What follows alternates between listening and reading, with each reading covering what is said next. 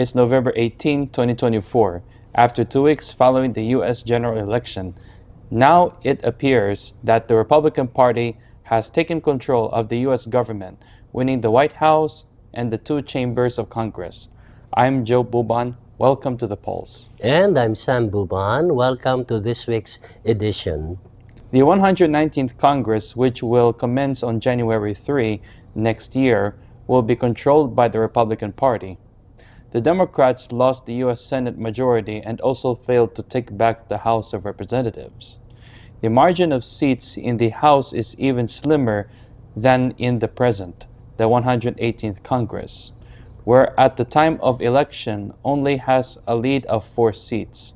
While 9 congressional races that have not yet been decided, Republicans already reached 218 winners, enough to control the House of Representatives, while Democrats are likely to have 214 seats, a net pickup of 2 seats from 212. But with votes still being counted in California, Congressional District 45, with Republican incumbent Michelle Steele only leading by 349 votes against challenger Derek Tran, the Democrat. 53% of the votes still outstanding. Mail-in ballots are still being counted. Another House race that the Democrats are carefully watching is in California's 13th Congressional District, where incumbent John Scott Duarte is only ahead by 3,765 votes, with still 26% of the votes still to be counted. His challenger, Democrat Adam Gray, a state assemblyman from Merced, California. In the U.S. Senate, the count stands at 52 seats for Republicans and 47 seats for Democrats, with 1 Democratic seat in Pennsylvania going into automatic recount. Incumbent Democratic Senator Bob Casey is falling behind by less than 0.5% of the total votes in the state against challenger Dave McCormick. Here are the 3 U.S. Senate seats the Democrats already lost to the Republicans. The seat of Joe Manchin in Virginia, Senator John Tester of Montana, and Senator Sherrod Brown in Ohio. If Senator Bob Casey will not prevail in the recount of votes, Republicans will have 53 seats and Democrats 47 seats in the Senate for the 119th Congress. Arizona voters who voted for Donald Trump for president but voted for Democrat Ruben Gallego as their senator. Ruben Gallego, who is a congressman from Arizona, will replace Kirsten Sinema as Democrat who turned independent after falling from grace in the Democratic Party. The city of Las Vegas will have a new mayor. Former Congresswoman Shelley Berkeley won the race against Councilwoman Victoria Seaman. Shelley Berkeley will replace Carolyn Goodman as mayor. Shelley Berkeley served in the United States House of Representatives for Nevada District 1 from 1999 to January 2013.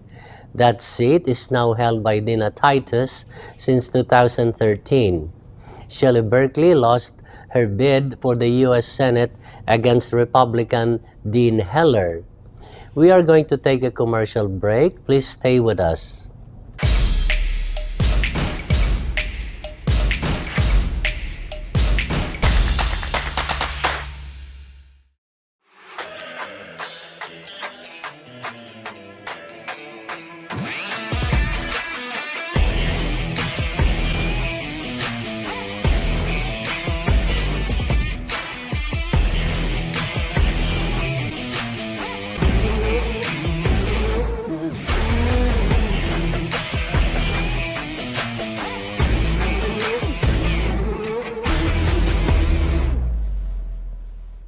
Pure Medical Equipment provides top-notch quality medical supply equipment. Whether to rent or buy, Pure Medical Equipment and Supplies has it all. Pure Medical Equipment is committed to serve and give back to Southern Nevada. We deliver medical supplies and rentals to your door.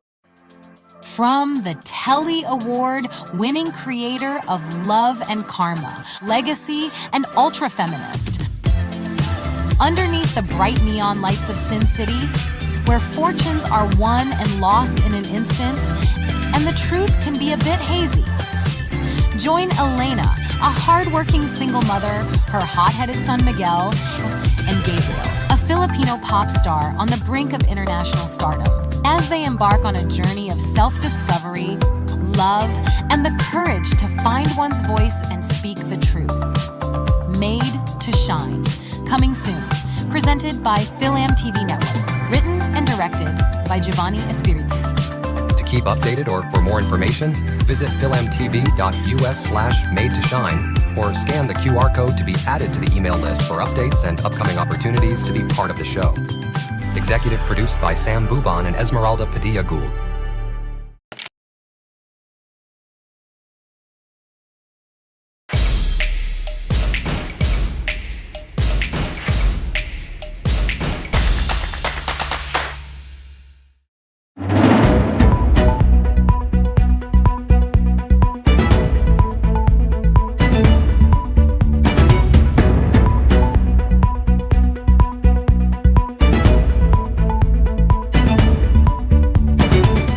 Welcome back to The Pulse. As President-elect Donald Trump is starting to name his nominees for cabinet position for the next administration, a most controversial name yet sounded off alarm, even among Senate Republicans who are charged with confirmation of Trump's cabinet. The most controversial yet was when Donald Trump announced he was appointing Congressman Matt Gaetz of Florida, a loyal Trump ally, to be the U.S. Attorney General. Congress is stunned by that announcement from Trump. The same did not go well with several Republican senators. Within hours after the announcement, Alaska Senator Lisa Murkowski calls it not serious. Both Republicans and Democrats in the House of Representatives of Trump's pick for U.S. Attorney General. This will effectively end any ethics investigations against Gaetz in the House, as Matt Gaetz already resigned from the House of Representatives moments after the announcement by Trump. Other observers said Matt Gaetz will be heading a department that investigated him for alleged crimes committed, such as human trafficking of a minor for sexual purposes. Some say it's giving Matt Gaetz that position so that he can effectively end any investigation against him by the federal government. Some Republicans thought at first that it was a joke from Trump, but with Gaetz already resigning from Congress, that's when they realized this was a serious matter with a not serious candidate for nomination. Some Republican senators expressed their position that they will block his nomination. How does the Senate block a nomination? What can they do? Here's how. The Senate Majority Leader in the case of the upcoming 119th Congress, Senator John Thune of North Dakota, he can refuse to start a confirmation hearing, just not hold any confirmation hearing for Matt Gaetz. The same thing Obama's nominee for the Supreme Court, current Attorney General Merrick Garland, did not get any hearing and was not confirmed by the Senate. If Trump will insist in appointing Matt Gaetz as his Attorney General, the highest-ranking law enforcement official of the nation, then Matt Gaetz can stay in the position as acting U.S. Attorney General. For how long? Even up to 4 years, perhaps? Could it be unhappiness of Congress and the career officials and prosecutors of the U.S. Department of Justice? In our world news, the Philippines angered China last week when Philippine President Ferdinand Marcos Jr.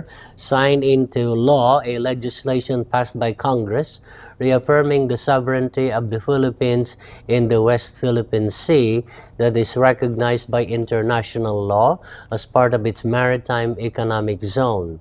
China countered by sending to the Philippines a copy of their own version of its territorial waters, which include the Scarborough Shoals, where China had built a massive artificial coral island where the sophisticated military base now stands.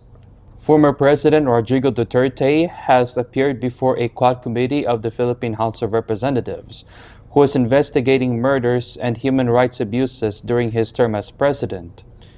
It is estimated that more than 30,000 Filipinos, mostly from impoverished communities, were killed by the police as drug pushers and dealers.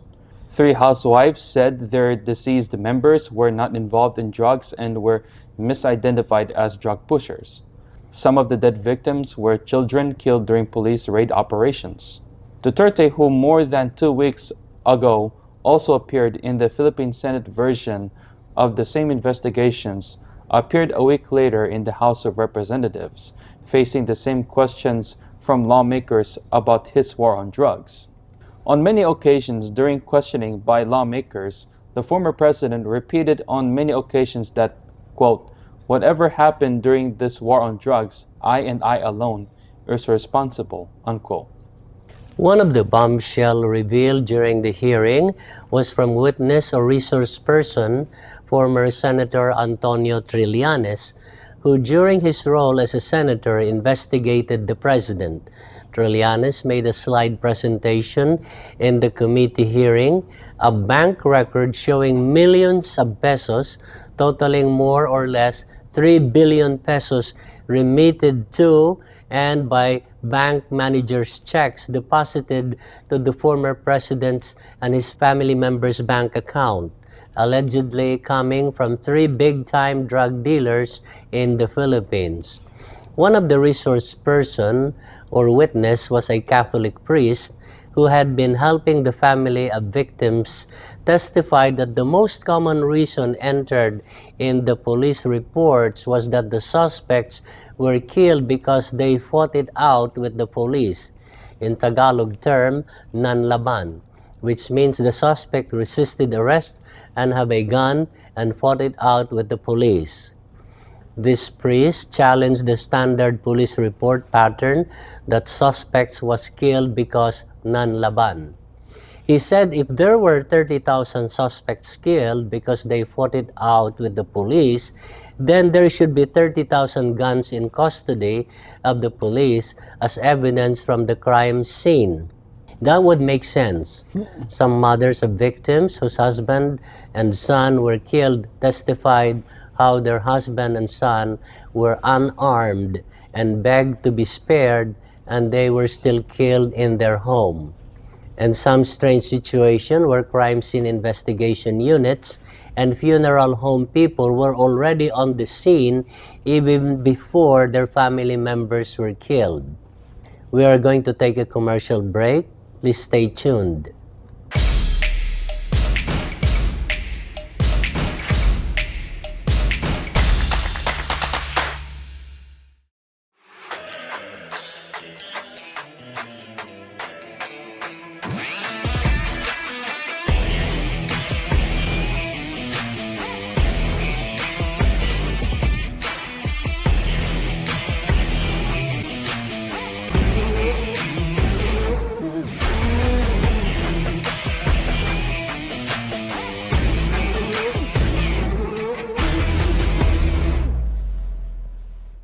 Pure Medical Equipment provides top-notch quality medical supply equipment. Whether to rent or buy, Pure Medical Equipment and Supplies has it all. Pure Medical Equipment is committed to serve and give back to Southern Nevada. We deliver medical supplies and rentals to your door.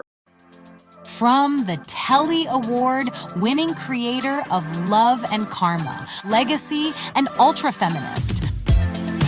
Underneath the bright neon lights of Sin City, where fortunes are won and lost in an instant, and the truth can be a bit hazy. Join Elena, a hardworking single mother, her hot-headed son Miguel, and Gabriel, a Filipino pop star on the brink of international stardom, as they embark on a journey of self-discovery, love, and the courage to find one's voice and speak the truth. Made to Shine, coming soon. Presented by Philam TV Network. Written and directed by Giovanni Espiritu.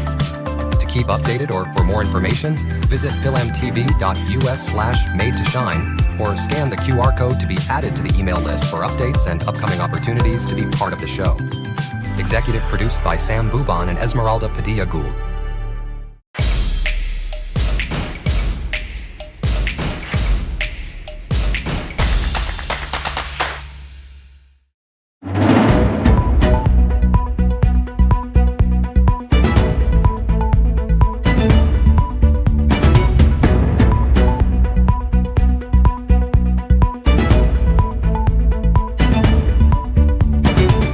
Welcome back to the polls. The world is reacting to Donald Trump's election as the new president in January next year.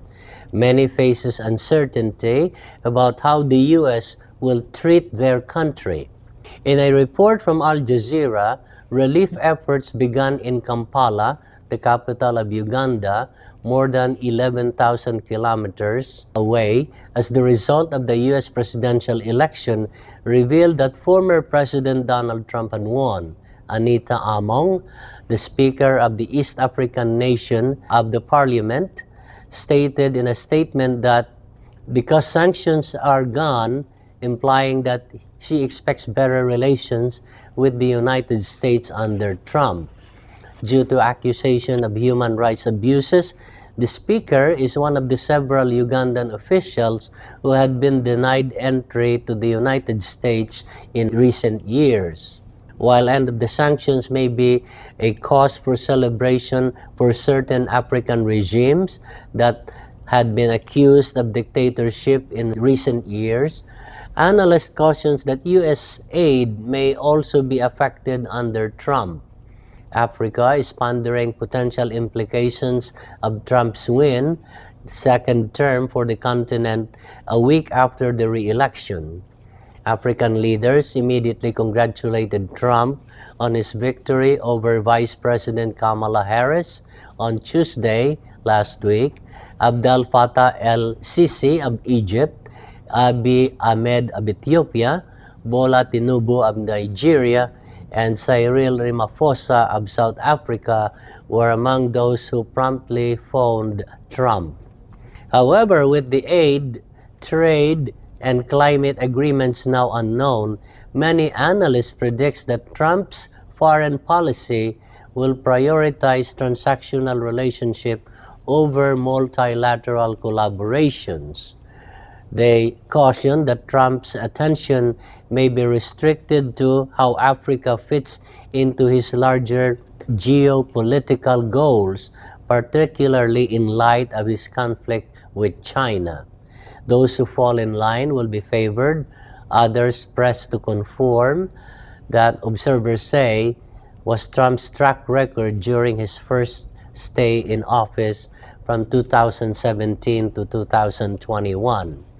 Patrick Bond, professor and political sociologist at the University of Johannesburg, said he expects leaders to face scrutiny over their human rights records, such as Uganda's Yoweri Museveni and Rwanda's Paul Kagame, to try to curry favor with Trump.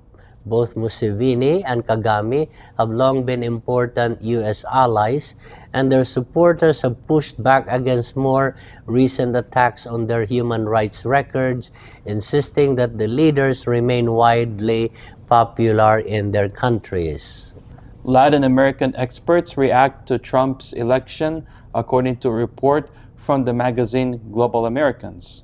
Many observers in the Americas are asking what the election means for the region's rule of law, for trade and economic development. Which countries are likely to benefit? Which ones will encounter new challenges? To answer these questions, Global Americans asked 12 top regional experts to provide brief thoughts on how a second Trump term will affect Latin America's governance, economy, and the millions of people who live there. Their responses show the diversity of Latin America's interests and philosophies, as well as some insights into which countries are likely to emerge as significant winners and losers in this election. Javier Corrales, professor and chair of political science at Amherst College, discusses democracy and the rule of law. Trump has two dominant political leanings that can help predict future interactions with Latin America and the Caribbean. He might be transactional or dogmatically punishing. Trump will demand nations to transact with the United States, but only in a few areas that are important to him. Migration, drug trafficking, and economic transactions that benefit his business associates. If nations are prepared to transact with him in these areas, they will get along with Trump. Trump will also assist to fuel radical populism in the region. far-right populists will take inspiration and fuel from him. We saw this with Bolsonaro and Bukele in Trump 1.0. However, having Trump in office will benefit extreme far-left populists, the anti-imperialist side. All kinds of populism grew by referring to an external opponent. Left-wing populists enjoy ranting about the United States. What about NATO, the North Atlantic Treaty Organization? What Trump's victory means for Russia, Ukraine, NATO. According to BBC, throughout the campaign, Trump regularly stated that he could end the conflict between Russia and Ukraine in one day. When asked how, he recommended monitoring a trade but failed to provide information. In May, two of Trump's former national security advisors wrote a research paper arguing that the U.S. should continue to sell weaponry to Ukraine, but only if Kiev enters into peace negotiations with Russia. To entice Russia, the West would have to agree to postpone Ukraine's highly anticipated entrance to NATO. The former advisor stated that Ukraine should not abandon its dreams of regaining all of its land from Russian occupation, but rather negotiate on the basis of present front lines. Trump's Democratic opponent, who accused him of copying up the Russian President Vladimir Putin, argued that his attitude amounts to capitulation for Ukraine and endangers all of Europe. He has frequently stated that his first aim is to terminate the war and reduce the burden on U.S. resources. It is unclear how the former advisor's document representing Trump's own views, but it is sure to provide insight into the type of advice he will receive. His America First approach to ending the conflict also addresses the geopolitical problem of the future of NATO, the transatlantic all-for-one and one-for-all military alliance formed after World War II conflict to serve as a bulwark against the Soviet Union. NATO currently includes 32 member countries, and Trump has long criticized the alliance, accused of Europe of taking advantage of America's pledge of protection. It is unclear whether he intends to withdraw from the United States from NATO, which would mark the most dramatic shift in transatlantic defense relations in nearly a century.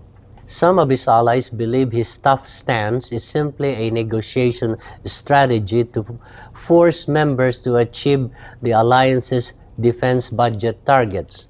However, NATO officials will be deeply concerned about what this triumph signifies for the alliance's future and how unfriendly leaders perceive its deterrent effect.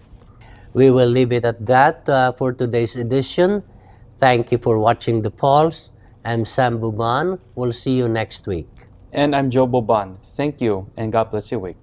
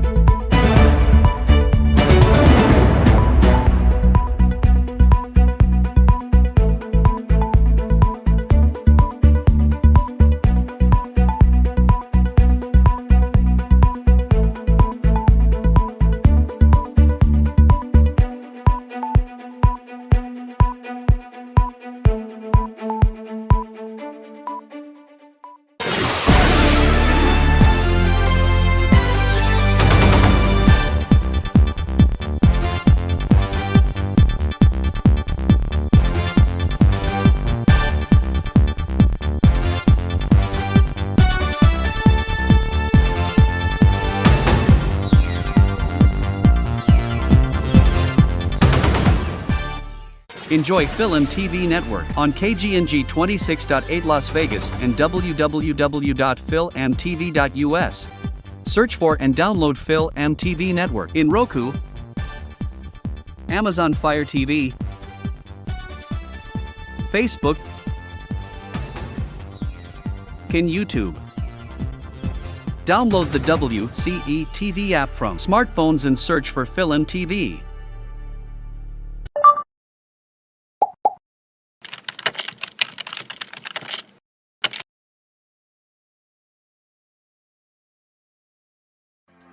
From the Telly Award-winning creator of Love and Karma, Legacy, and Ultra Feminist.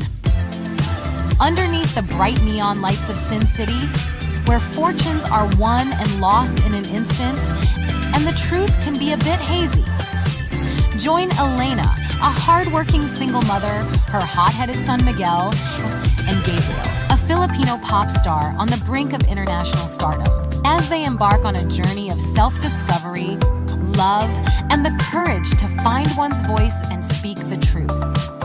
Made to Shine. Coming soon. Presented by Film TV Network. Written and directed by Giovanni Espiritu.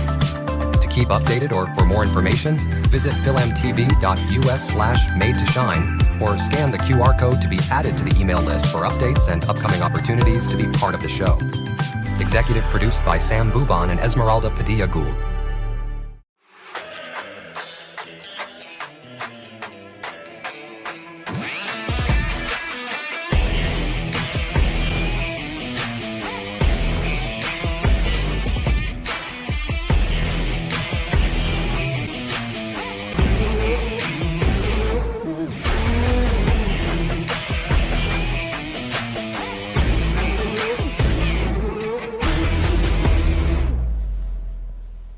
Pure Medical Equipment provides top-notch quality medical supply equipment. Whether to rent or buy, Pure Medical Equipment and Supplies has it all. Pure Medical Equipment is committed to serve and give back to Southern Nevada. We deliver medical supplies and rentals to your door.